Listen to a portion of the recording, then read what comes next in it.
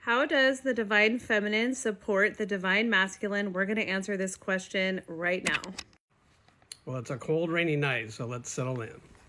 Okay, so this question is for you. So you're going to answer how I, your divine feminine, support you, my divine masculine.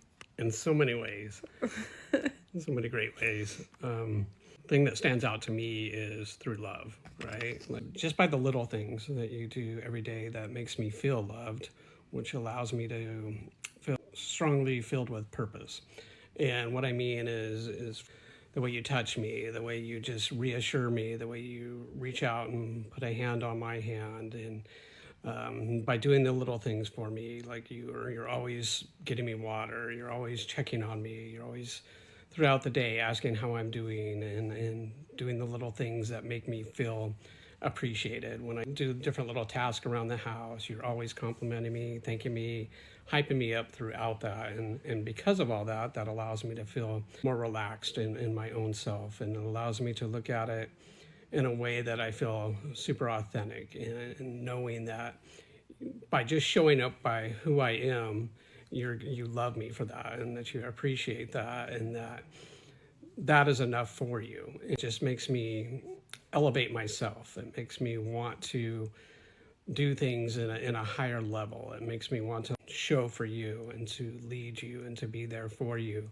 It really truly gives me the purpose, as I stated earlier. It gives me a purpose for not only myself and for what I want out of life, but what I want for us, and a purpose to do things to grow our relationship and to make our relationship stronger union and our combined family. It gives me purpose to want to get closer to each one of them, and to want to do things for them, and to make them feel special in all aspects because of the love that I feel that comes across from you. So are you saying that the love that I give to you in just the little ways, but also the way that I love you for who you authentically are, that gives you home purpose, because you know I love you for who you are, and I demand authenticity, as we've talked about. Right. And so you can't be delusional, like you've said so many men are, and that's freeing to you because you're a divine masculine, right? And when you're a divine masculine, you are not scared of your shadow. You're not scared of who you authentically are. Yeah, correct. And talking about the delusion of a man, right? So often when a woman isn't in her divine feminine and isn't, confident in who she is, it doesn't always allow you to feel safe within yourself either as a man. And so therefore you tend to go more toward the stereotypical idea of a man. And so you go down that line of, hey, I have to be this controlling mindset of, and when I say controlling, not of her, but of the situation. You have to be in control of the house. You have to be in control of the finances. You got to be in control of, the well-being of everybody, more than just being your authentic self being enough in that relationship for her. You now have this sense of you're not doing enough all the time, and therefore you carry this heavy weight and such. And so by her not being healed and her not dealing with her own traumas doesn't allow him either to be that. So the fact that you are, and the fact that you have dealt with that, and that you have worked on yourself and are truly a divine feminine woman, it just brings that out stronger in me, and it allows me to be authentic, because without your work I couldn't be.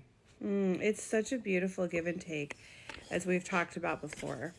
Okay, we switched up the lighting situation. We got a little bit cozier. We're going to delve a little bit deeper. So something we talked about today that the divine feminine also brings to the divine masculine, which maybe is a little bit more obscure, is this idea that women can see men's potential, which is why women stay in bad relationships with men who are acting dusty, because women have an innate ability to see the potential of a man, to see his good qualities. So a woman will give a man chance after chance after chance because she sees it. And you were saying that that's a gift to a divine masculine man, because it's almost a call to him to rise into his highest potential, right? Yeah, very much so. I think the problem is that not every man sees that as the gift, right? he doesn't recognize it and realize that this woman truly loves him and is giving him so many different opportunities to change and feel comfortable in himself and to be vulnerable and such. And you know, for myself, you know, I value that so much in you, and the fact that you're always listening to what I have to say and what do I have to present to you from my feelings, and you know, where is my heart lay, where is my soul, where, you know, what I have to give you that's an emotional connection, and that allows us to come stronger together and really become that divine union that we have. But so many men don't recognize that when a woman is saying, hey, I need you to do this over and over again, and keeps giving those chances because she can see that in you. Or they want to live in, sorry to interrupt, but they want to live in their delusion still. Well, they want to live in their delusion because they haven't really worked on themselves. They haven't dived into their vulnerability by themselves, right? You know, if you look at our early on relationship, there is so many times that you brought things out on me that I wasn't even aware were traumas, you know. You know, I had shoved things down deep from childhood, from different relationships, and just through our communication and the style that we talk, allowed those to come out.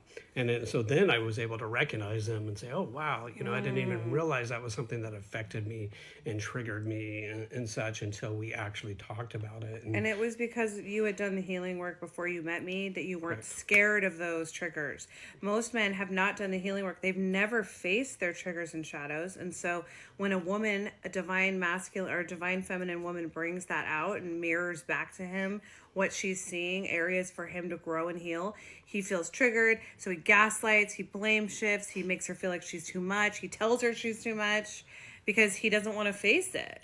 Right. And I think related to that, like I said earlier, it's because of what you did and the work that you did to become that divine feminine woman, you know, and going back to a relationships that a woman hasn't done that work yet doesn't give that safety for that man to be willing to dig deep. You've never done anything but been supportive and loving through anything that we have talked about. Any of my traumas in the past, I've easily just started talking to you about them because you've provided that safety for me too. Because your shadow doesn't scare me. Like, if you watch a video I made earlier, which I'll tag below, if you choose to love an awakened woman, one of the things that poet talks about is a divine feminine woman is not scared of your shadow. She will see it all. She will love you through it and accept you through it all.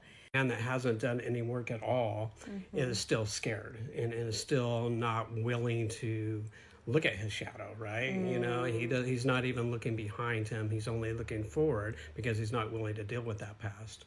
And he's not willing to dive into it because maybe he's been in a relationship in the past where he's felt judged or he's felt like he's been constantly told he's not enough. Or he's been rejected because of his shadow. Yeah. Abandoned or left. And so he has those scars. Very much so.